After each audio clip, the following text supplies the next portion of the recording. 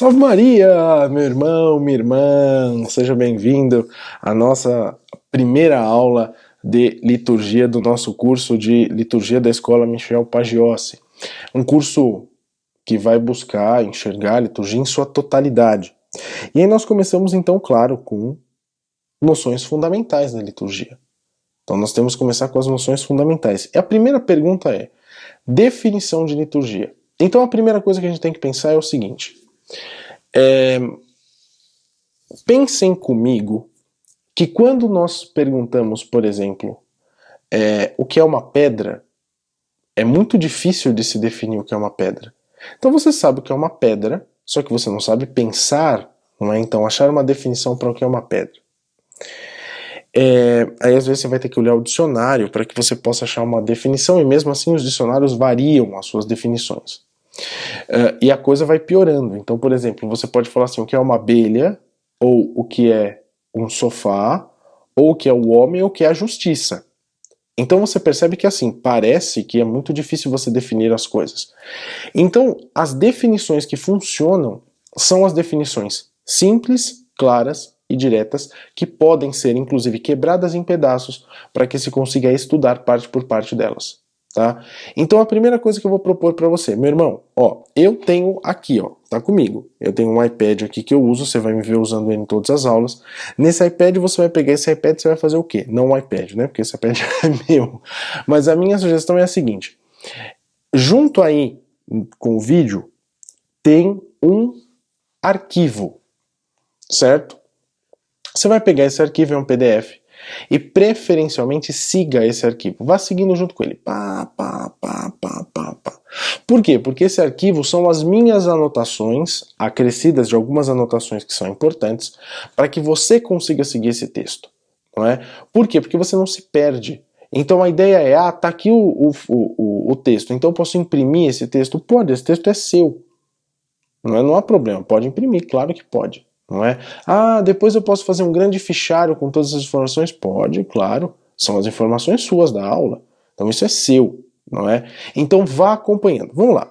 Vou ler um texto aqui da Mediator Dei, o número 4, que diz assim: Certamente conheceis, veneráveis irmãos, que no fim do século passado, falando aqui do século XIX, e nos princípios do presente, houve singular fervor de estudos litúrgicos, já por louvável iniciativa de alguns particulares, já sobretudo pela zelosa e assídua diligência de vários mosteiros da ínclita ordem beneditina.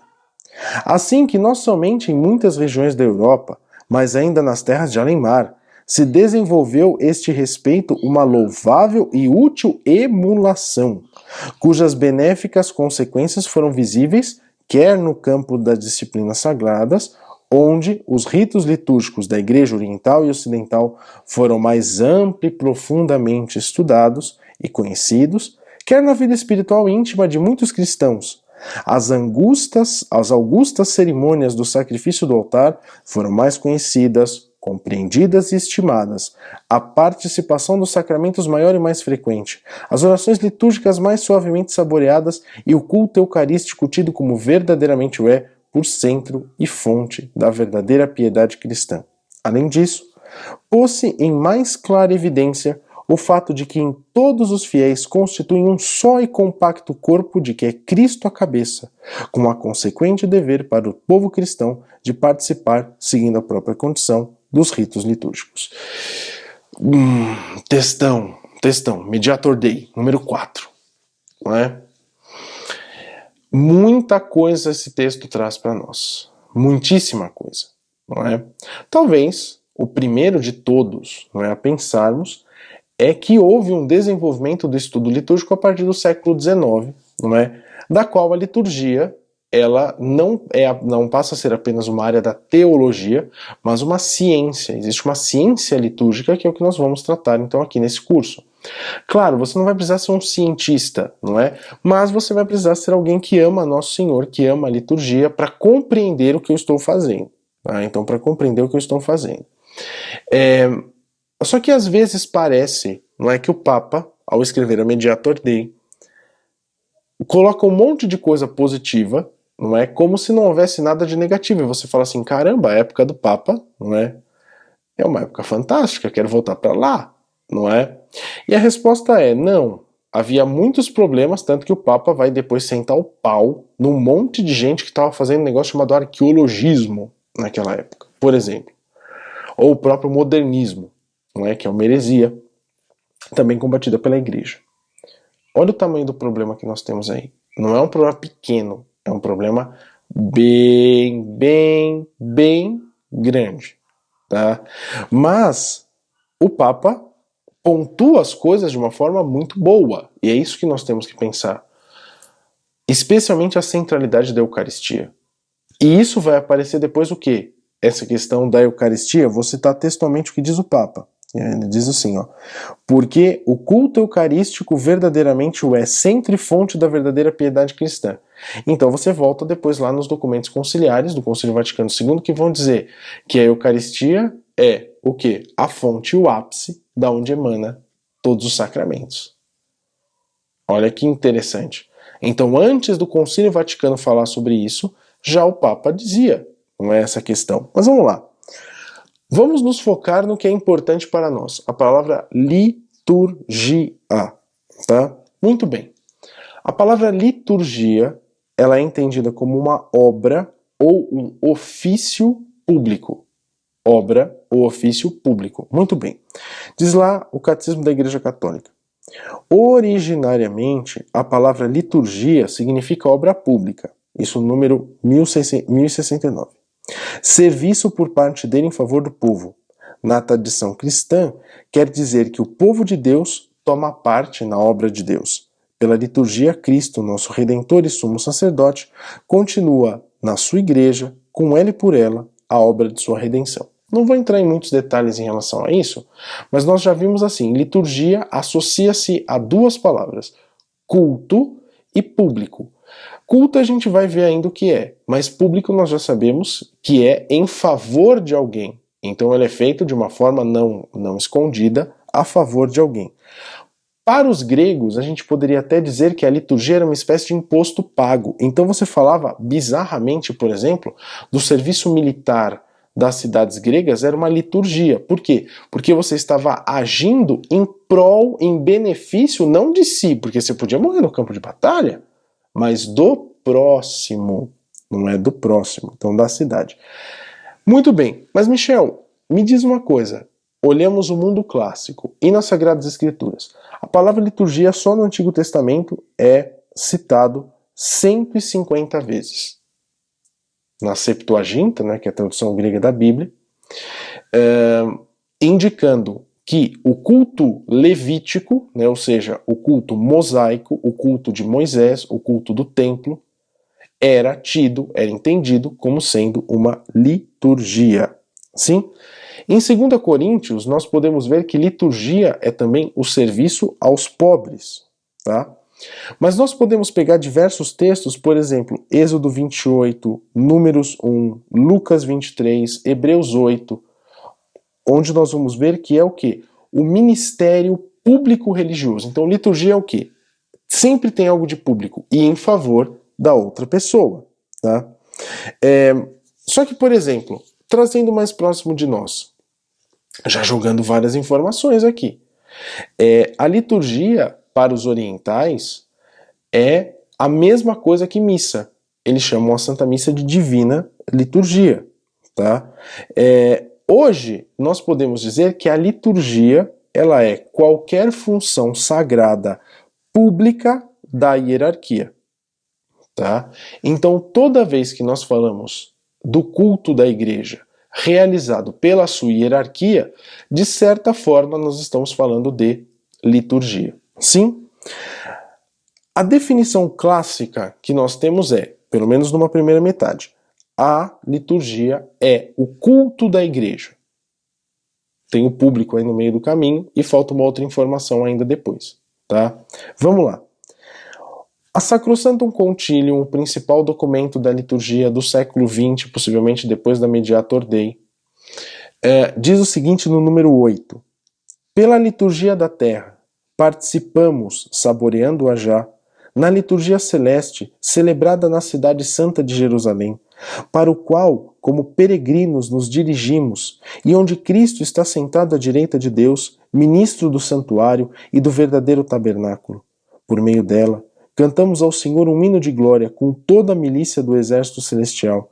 Esperamos ter parte e comunhão com os santos, cuja memória veneramos, e aguardamos o Salvador, nosso Senhor Jesus Cristo, até Ele aparecer, como nossa vida, e nós aparecermos com Ele na glória. Então vejam, é o culto da igreja, e esse culto da igreja faz o quê? Ele une duas realidades. A liturgia do céu e a liturgia da terra. É como se nesse momento, as duas realidades se emaranhassem de tal maneira que se tocassem, que aquilo que é celebrado no altar se tornasse, para nós, o que há mais bonito desse lado do paraíso. Então, a liturgia, ela não é um emaranhado de regras, ela é um dom. É um dom que vem de Deus, pela igreja. Mas é um dom que nos veio, não porque nós os merecemos, mas é um dom querido por Deus, que veio até nós para nos transformar. Para transformar a nossa realidade, para nos santificar. Mas não podemos esquecer, a liturgia é um culto dado à igreja. Continua a Mediator Dei antes da gente falar o que é culto. Vejam só. O dever fundamental do homem é certamente este de orientar a si mesmo e a própria vida para Deus.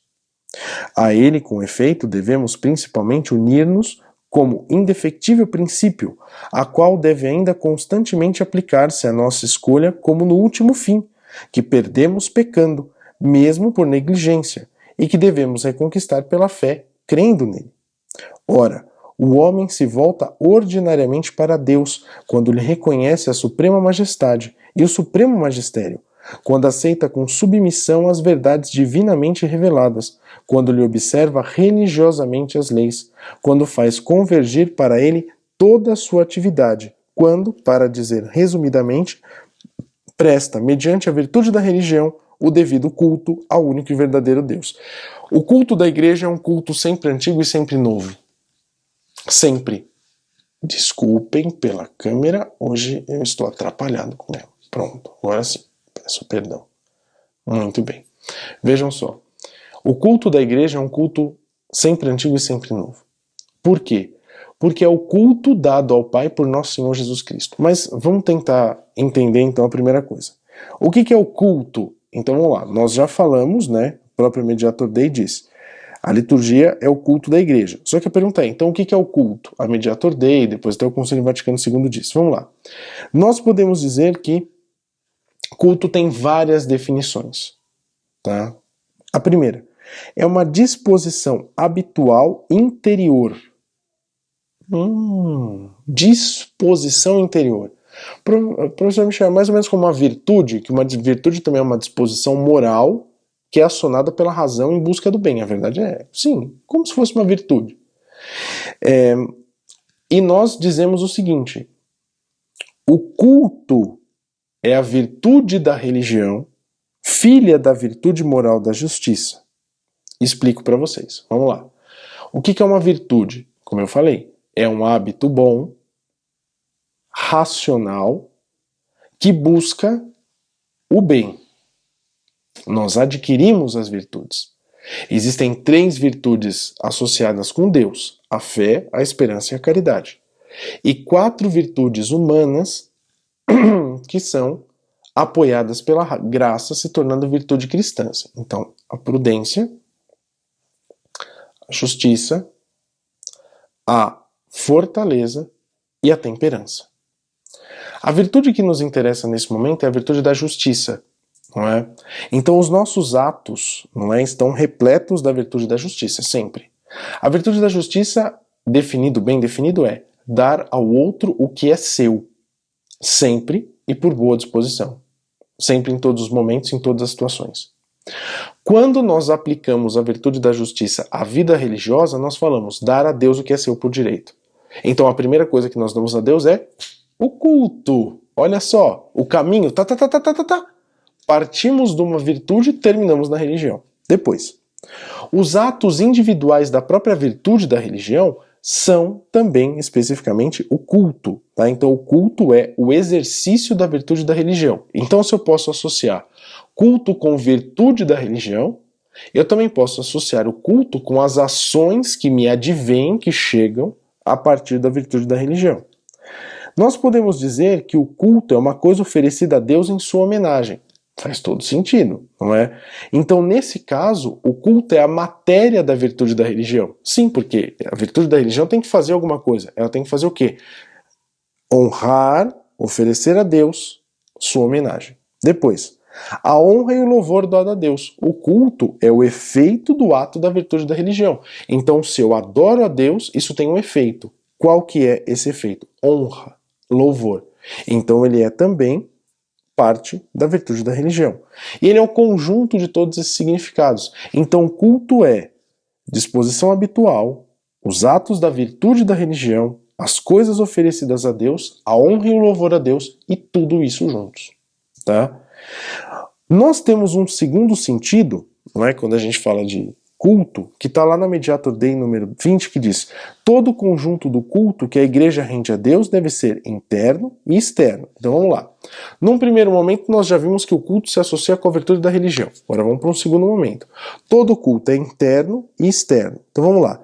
O culto interno estão associados com as nossas faculdades espirituais. Então com a alma, com a vontade, não é? Ou também com disposições exteriores, órgãos corporais que pressupõem o culto interior. Senão é o quê? É um culto vazio. Você age porque você não sabe o que você está fazendo. Você age porque todo mundo está fazendo a mesma coisa. Então você age dessa maneira, não é? O culto exterior, ele pode ser individual, não é? Ou social. Então, se eu estou prestando culto a Deus de forma externa, não é, que de certa forma é um culto público, eu posso dizer que eu estou fazendo em meu nome, né, então culto individual, ou que eu estou fazendo em prol de uma sociedade, ou seja, um culto social. Ok? Esse culto social ele pode ser natural, ou seja, surgir de uma necessidade das pessoas sem ordenação, ou ele é ordenado, que nós falamos que é um culto positivo. Não é? O nosso culto católico ele é exterior e interior, sendo que exteriormente ele é social, e como social ele é positivo, ele não é natural. Deus, Nosso Senhor, nos deu, mas a igreja legislou sobre ele. O culto ele pode também ser entendido a partir da sua época. Por exemplo, no Antigo Testamento nós falamos do culto patriarcal ou do culto mosaico. No Novo Testamento nós falamos do culto neotestamentário ou eclesiástico. Tá? Então isso é o culto. Só que é o culto de quem? De alguém. Quem? Da igreja. A igreja visível, corpo místico de Cristo, da qual se repetiu várias vezes isso na Mediator Dei, é um corpo visível exterior. Consequentemente, ele tem que ter um culto visível exterior. É fácil, né, de que a gente possa entender. O culto é social, pois realizado por uma sociedade, tendo o Santo Padre no topo da sociedade, os ministros do culto e todo o povo. Fazendo o quê? O corpo místico de Nosso Senhor Jesus Cristo. De todos, né, então o culto da igreja, ele é um culto de todos ou daqueles que representam o povo. De forma geral, o nosso culto, às vezes, né, ele é um culto, às vezes não, onde há o sacerdote representa o povo. Tanto que no catecismo se coloca muito claro que, seja o matrimônio, seja a ordem, são sacramentos de serviço, porque você está se colocando a serviço do corpo místico de Nosso Senhor Jesus Cristo. Olha só, que coisa importante, não é? Para melhor compreender ainda a Sagrada Liturgia, é necessário considerar outro seu caráter importante, diz a Mediator Dei no número 35, que é o quê? A igreja é uma sociedade, então ela exige o quê? Vejam, toda a sociedade precisa de um governo, e esse governo precisa ser composto de algo que tem uma hierarquia, e dessa hierarquia emane uma autoridade. Tá? Se todos os membros do corpo místico de Nosso Senhor, da igreja, comungam dos mesmos bens, então o tesouro é para todo mundo, não é, que vem da igreja. ao menos alguns detêm um determinado poder dentro da hierarquia.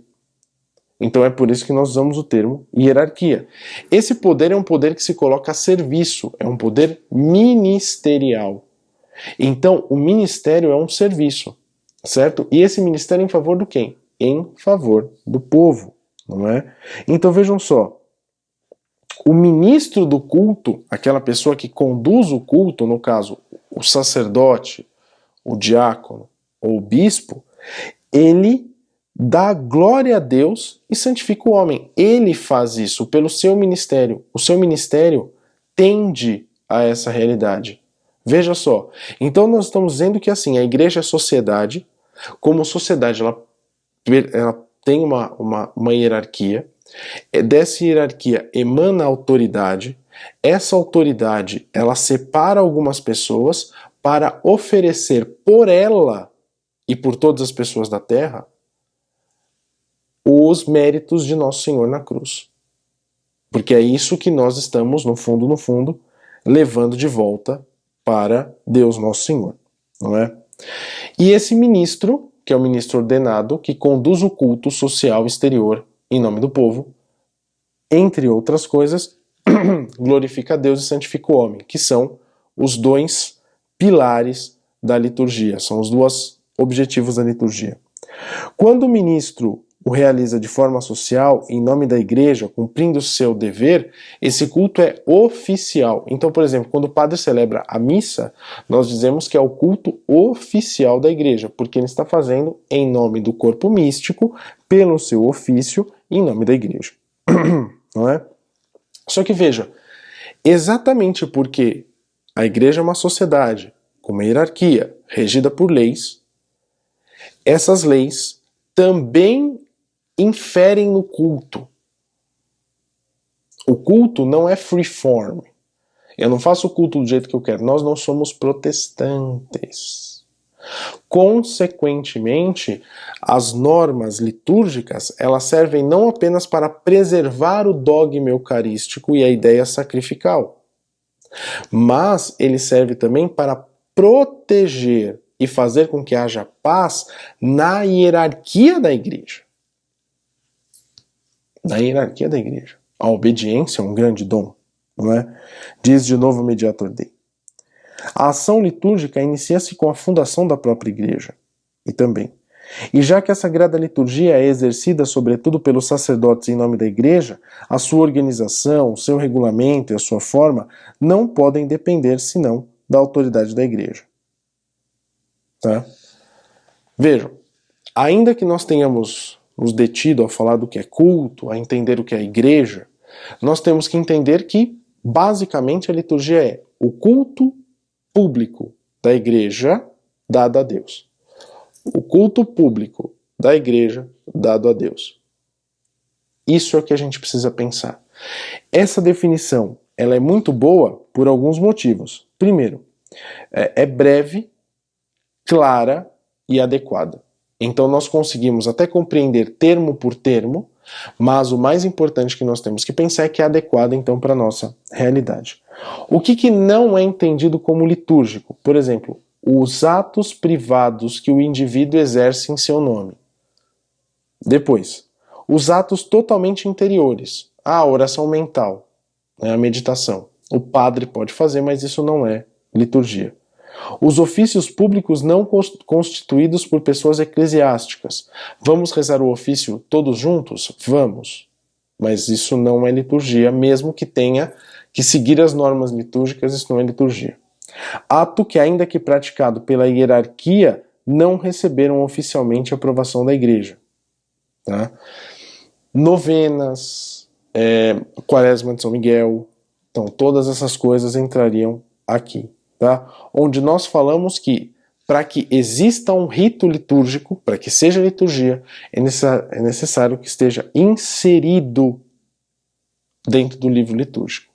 Tá? Então, cristalizado, consagrado pela Santa Igreja. Sim?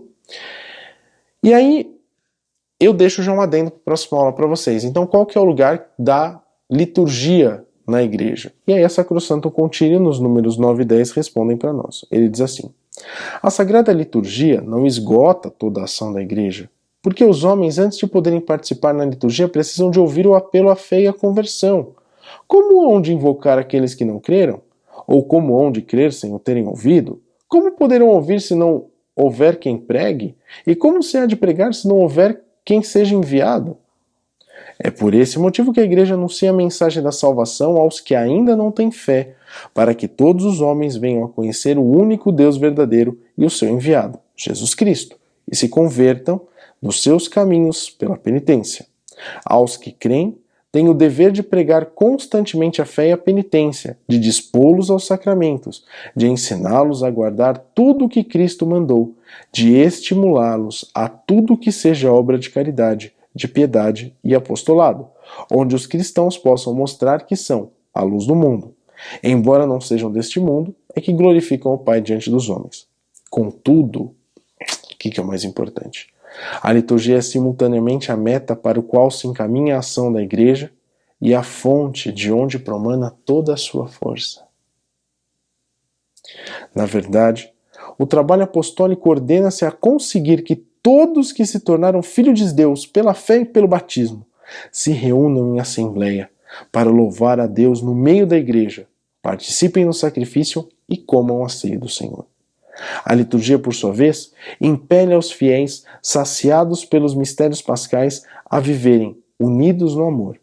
Pede que sejam fiéis na vida e a quanto receberam pela fé, e pela renovação da aliança do Senhor com os homens na Eucaristia, e aquece os fiéis na caridade urgente de Cristo. Da liturgia, pois, em especial da Eucaristia, corre sobre nós como em sua fonte a graça, e por meio dela conseguem os homens, com total eficácia, a santificação em Cristo e a glorificação de Deus, a que se ordenam como a seu fim todas as outras obras da igreja. Isso é a liturgia. Meu filho, é isso que eu estou te chamando para você viver nesse curso aqui.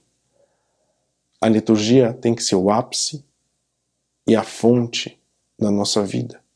E ao mesmo tempo tem que ser lá que nós vamos procurar o que somos, o que temos e a Deus. E é pela liturgia que nós glorificaremos a Deus na terra e seremos santificados. Não esqueçam, estudem, sirvam, leiam o preto, façam o vermelho. Dúvidas? Caixinha do Instagram, grupo do Telegram. Tenham um bom dia. Até mais. Salve Maria.